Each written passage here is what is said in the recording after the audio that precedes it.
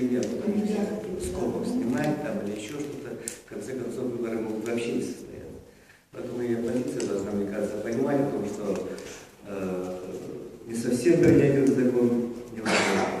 Поэтому